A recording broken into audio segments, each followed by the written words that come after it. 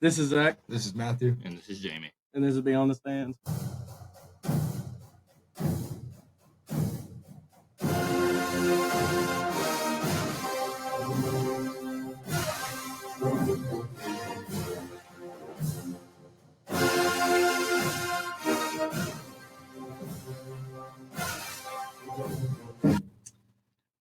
This Friday night's going to have a lot of action through East Tennessee, Tennessee, and Virginia, as some teams rescheduling to Saturday and Thursday because of a hurricane coming through. As this still, any day is a good day to play football. As the first game we're going to look at is Seymour and Cherokee. Jamie, what are your thoughts on Seymour and Cherokee? I think Cherokee will come out top. Both teams have kind of struggled in the beginning of the season. Cherokee, I think, got their first win last week versus Northview. So I think Cherokee will come out top. I'm also going to have to kind of agree with that. Seymour obviously isn't the greatest team. They play some good football. They just, get the rough end of the stick. Hasn't been a good season for them. Cherokee, on the other hand, hasn't been a great season for them either, but getting that momentum shift with Northview being a good football team, and getting that shift over towards them, I think that's going to carry on next Friday. And for another game, and what I believe is Murray's Game of the Week. On to the Game of the Week.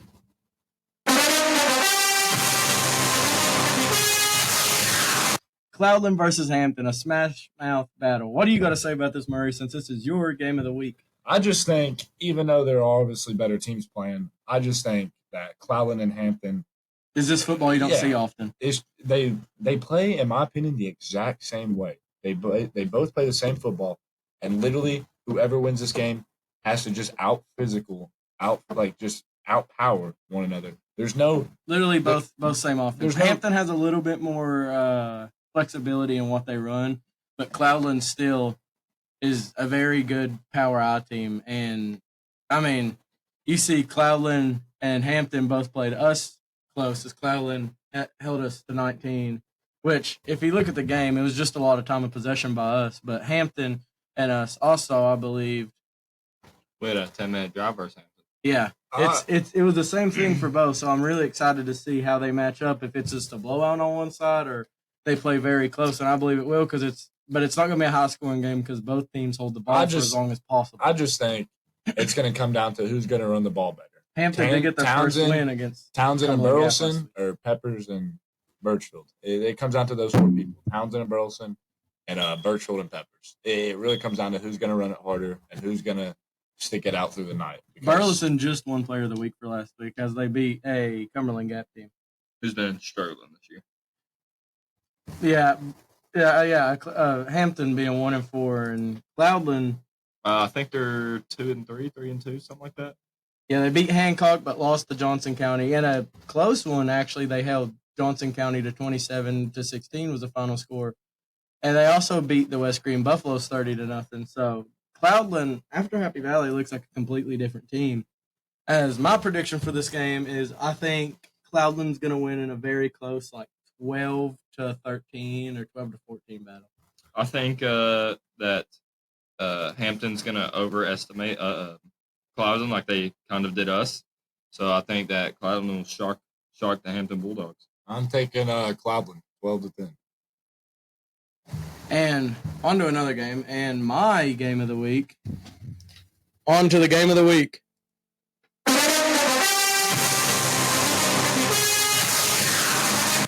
Gatlinburg-Pittman and Johnson County. Gatlinburg-Pittman has been a very good football team for a long time, as they have won against an Austin East team but lost to the Fulton Falcons. And I'm going to pause. As Gatlinburg-Pittman is a 3-2 team right now, and Johnson County obviously looking like some of the best football they've played in years. Gatlinburg-Pittman actually just had a receiver go to Illinois. They lost him Austin Orr. But it don't look like it's really slowed down Gatlinburg-Pittman a lot. But Johnson County triple option offense with Han Majida and Jay Stout and everybody else is just it's kind of unstoppable. Yeah, I can go ahead and agree with that. although I do think it will be a close game, Johnson County is just playing like unbeatable football. I mean, on all cylinders of the ball. I mean, they're dangerous. Their defense, offense. I mean, even the trenches. You're looking at linemen like Nate Dorman and others. It's hard to stop. And I just think Johnson County is going to pull this away in a very, very close football game. I also think Johnson County will win this game. With their triple option attack, it's very lethal as of right now. No one's really stopped it so far. Cleveland's kind of slowed it down. Cleveland slowed it down. Hampton did not slow it down. 41-8 was the loss that Hampton took to Johnson County. So back to Cleveland, that's where it's interesting to see what happens in that game. And to see how Gatlinburg-Pittman handles Johnson County's offense. As everybody knows, it's a very, very good offense. Yeah. Like I said, I'm just going to build on that. I just think that game will be very close. Cumberland Gap and Twin Springs, both these teams having a rough season, and Cumberland Gap having a brand new coach in there, like running brand new offense. Usually being the T, one of the least liked offenses in all of high school football. Cumberland Gap with a new offense. They have, I believe, not won a game yet. I believe they're 0-5 as they lost to North Green. They've lost to Hampton. They've lost to South Green. Lost to Thomas Walker and lost to the Cosby Eagles. So I believe a rough season for Cumberland Gap, but also Twin Springs has beat Yaneka, so they have one win, and I think they got 2 wins. They may have 2 wins. Yeah, they have 2. They have a win against Northwood, the Northwood Panthers. So I mean, I believe that Cumberland Gap's going to lose this game just because Twin Springs just looks like the better team, and Cumberland Gap just looks like they're having a rough season. Also, a conference team for Happy Valley. So getting them to lose is another big loss another big win for Happy Valley if Cumberland Gap loses to Twin Springs. I think Twin Springs will win. It would be nice for Cumberland Gap to lose to help out Happy Valley, but I don't think that's going to happen here. On to another game, and our game, Happy Valley versus Yaneka. You look at the stat sheet, Yaneka 0-5, 0-4, Happy Valley 3-0. I mean, we're playing really good football right now, and Yaneka, they're having a rough season, but they have bright spots in their backfield and their receivers. They have bright spots, but their O-line looks the same. They're young, and they really need time to develop, and our line is a little bit older, seniors and juniors across it, and we all have experience across the line, so that's a big thing. The way I look at it, I think Yaneka is missing a very big key player this year. We all know who that is. Mm-hmm.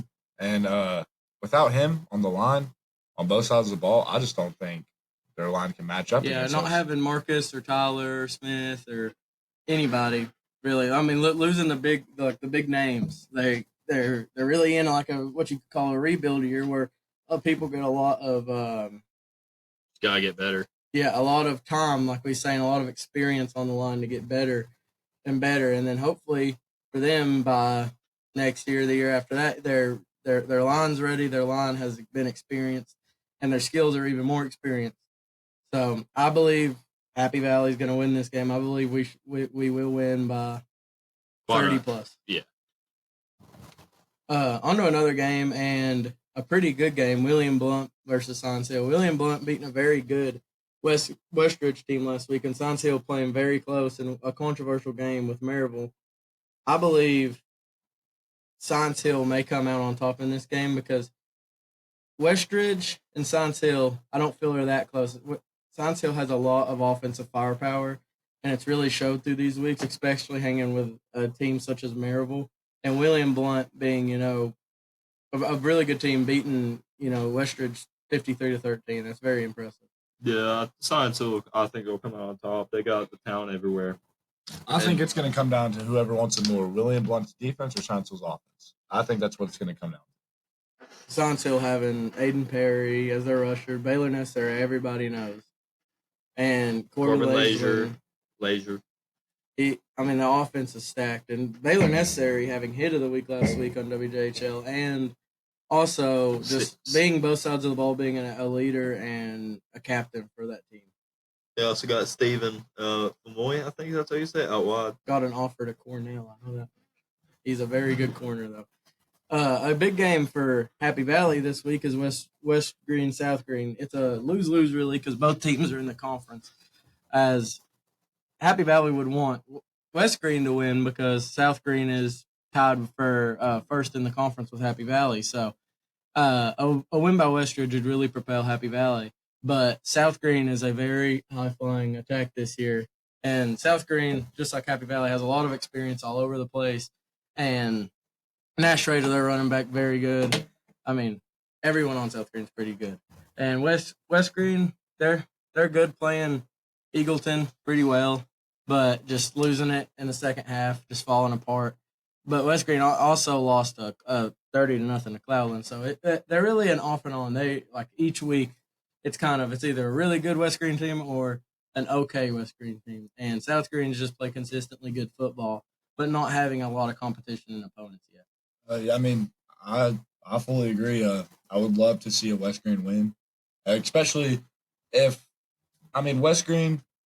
I've played both teams. West Green being just a better team to play against. We have a lot of bad blood between South Green and North Green over the scrimmaging in the summer. I would love to see West Green win. I don't really have anything against them, but unfortunately, I think just going with what I know best, I see South Green pulling this one away.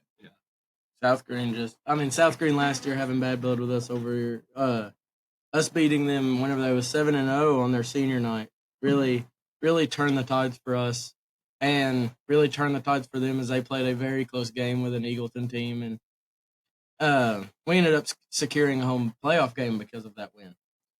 And on to the final game we're going to talk about here, Sullivan East and Elizabethton.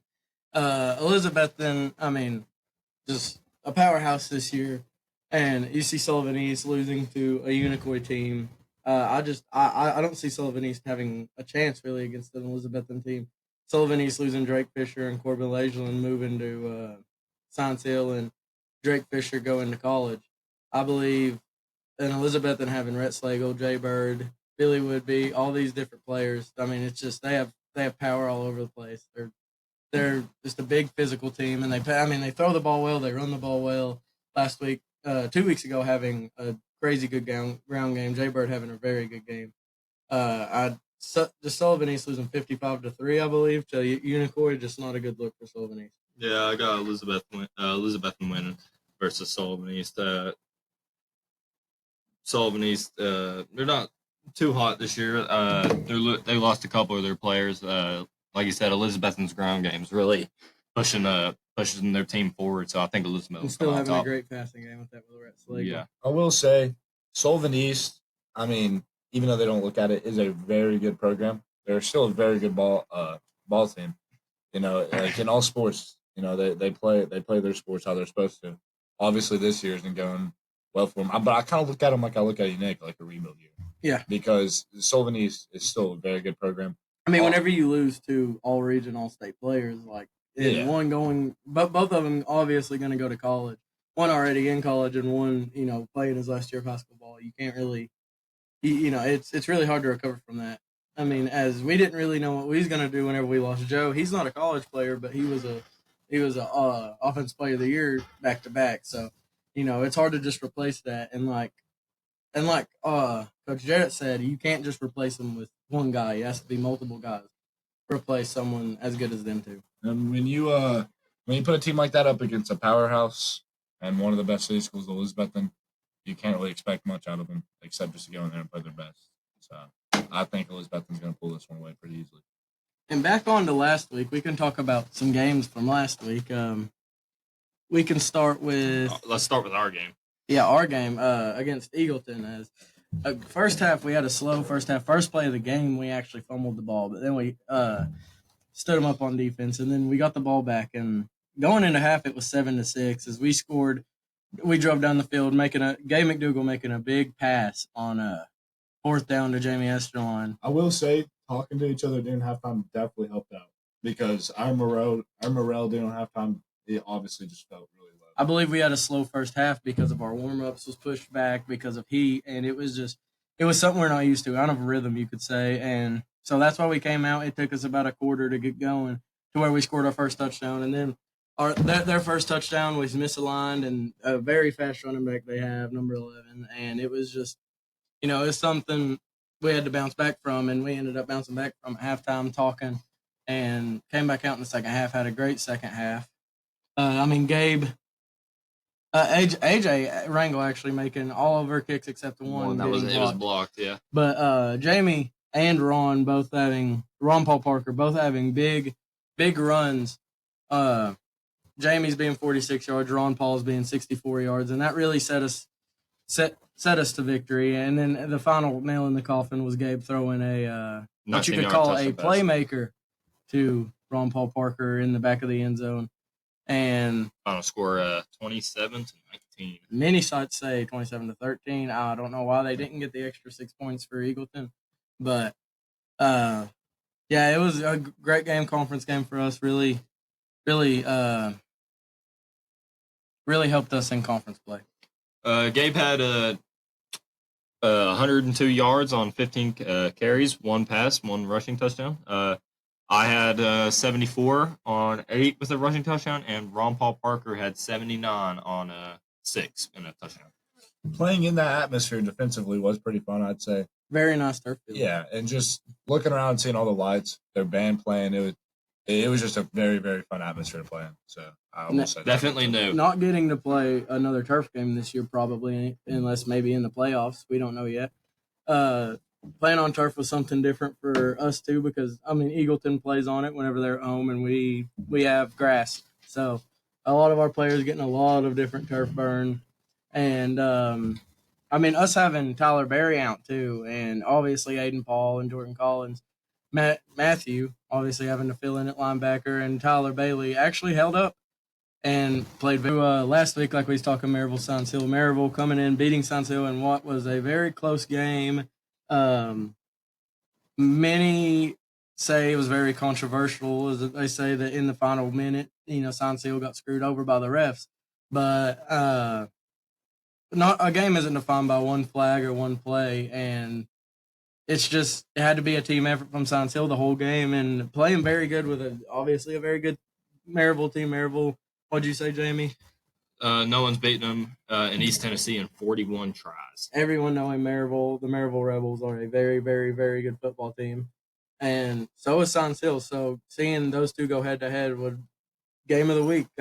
Everybody knew it was going to be, and it ended up living up to its hype. I predicted that Science Hill was going to beat Maryville in a very close game. They almost did it. Yeah, and watching Science Hill play, I'm not even mad about my prediction because, it was still a great game they put on. It's hard to go against a team like Maryville. And I believe they don't know very much about what the flags were at the end of the game that was called or how Science Hill got screwed over. But I could imagine that it was, with both these teams being like passing teams, I could see it being like a pass interference or something like that. So Science Hill is still a very good football team. Excited to see what they do in the playoffs. And, of course, Maryville obviously going to do good in the playoffs. We're talking about Maryville here. And on to another game, Sullivan County. Sevier County, not Sullivan, my bad. Beats Tennessee High 49-20. Tennessee High having a rough year, like we said, Yaneka and them. Kind of a rebuild year, but, losing Josh Green and a few others, big loss for them. They're very good running back, very good backer. Tennessee High could see a very nice stadium, by the way. Could be very, very good in coming years. And you guys got anything to say about that game? Or? No, it was just a great win for Sevier County. Tennessee High's definitely been on it. I'm not sure if Sevier County is I've said this for 4 years, and I will continue to say it. Tennessee High is a basketball school. Yeah, everyone says they're a baseball or football school, but I will still stick with them being a basketball school. I just think that's what they're. They have a very nice football field, though. They do have a very nice football. One of the best in America, probably, actually. And another game, North Green and Hancock. You can say North Green stomped Hancock 56-8. I don't believe Hancock's in our division, and neither is North Green. I believe they're both 1A in the same division, but North Green looking actually pretty good this year. Yeah. Not looking bad at all against, some good teams. North Green, we scrimmaged them. They was a tough team. They wasn't the North Green from last year's. We've actually never lost the North Green. at Happy Valley before. Yeah, that's a crazy stat.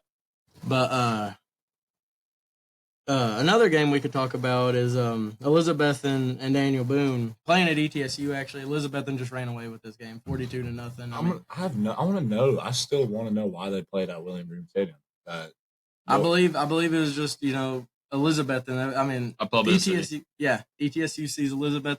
It's usually Elizabeth and San Seal, but this year Elizabeth chose to play Daniel Boone there. Daniel Boone, like Yaneka, in a rebuild year. I mean, a lot of these teams, it's you're either in a rebuild year or you're ready to win. Like college football, you got like you got your years that you got like a senior quarterback or a junior quarterback that's very good, and then you have like the years that led up to that was his freshman, sophomore, redshirt years.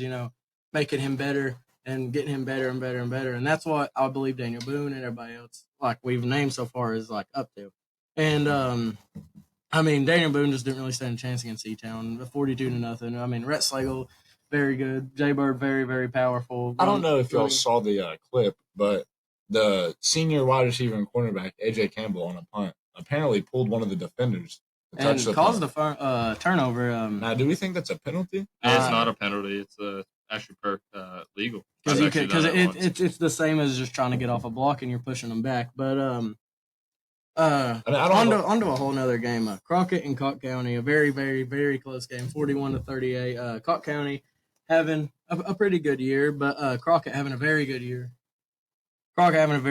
Their receiver Dunn, just Zeke Sloan, everybody's like a lot of people not expecting Crockett to be this good, but Crockett being very good this year. But you guys got anything to say about Crockett? No, honestly, I think they're just one of those teams that haven't played any real competition yet. I'm not ready to say Crockett's good until I see them play an actual good football team. So watching them beat South Green earlier in the season, now that does make me feel a little different than them. But keep in mind that it's way different levels you play out here. Yeah. I'm surprised by Crockett's success this year. But I just don't think I can say they're a good team until I watch them play. Shockingly losing to Hampton 60-14. Dominic Burleson having a very good game, which is expected against, like we said, a rebuilding Cumberland Gap team. Do you guys got anything to say about that game? It's kind of what everyone expected. Yeah, it is a very, very expected game from Burleson. Burleson ended up with 3 touchdowns and 178 yards and a 2-point conversion. Yeah, and Burleson had from Carter County Sports several key plays on defense. Very many was expecting Hampton to win this game because Cumberland Gap, like we said, rebuilding year, new offense. It's going to take them a few years to get going, and Hampton having what you could almost say a rebuilding year, just rough start to the season. Yeah, rough start to the season. They had a very rough start of the season of a schedule, and that's the difference between what I believe South Green and Hampton right now is. Hampton had a very good starting schedule, and South Green is going to have a very rough ending schedule with us, Eagleton, Hampton, everybody. It's going to be like Hampton's starting out with some rough teams, and South Green's starting out with some what you could call easier teams. So we will see how South Green. Man, Hampton's first 34 games was us, Pisgah, Johnson County. Very good teams. Those are 4.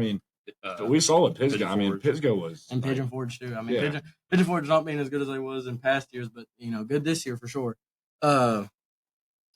Angelico playing Yaneka and beating them 42-24. First win for Jellicoe. Yaneka still winless. We just got to see how Yaneka is going to pick this up in coming years. And I believe that will be all for our podcast today. Thank you guys for tuning in, and this was Beyond the Stands.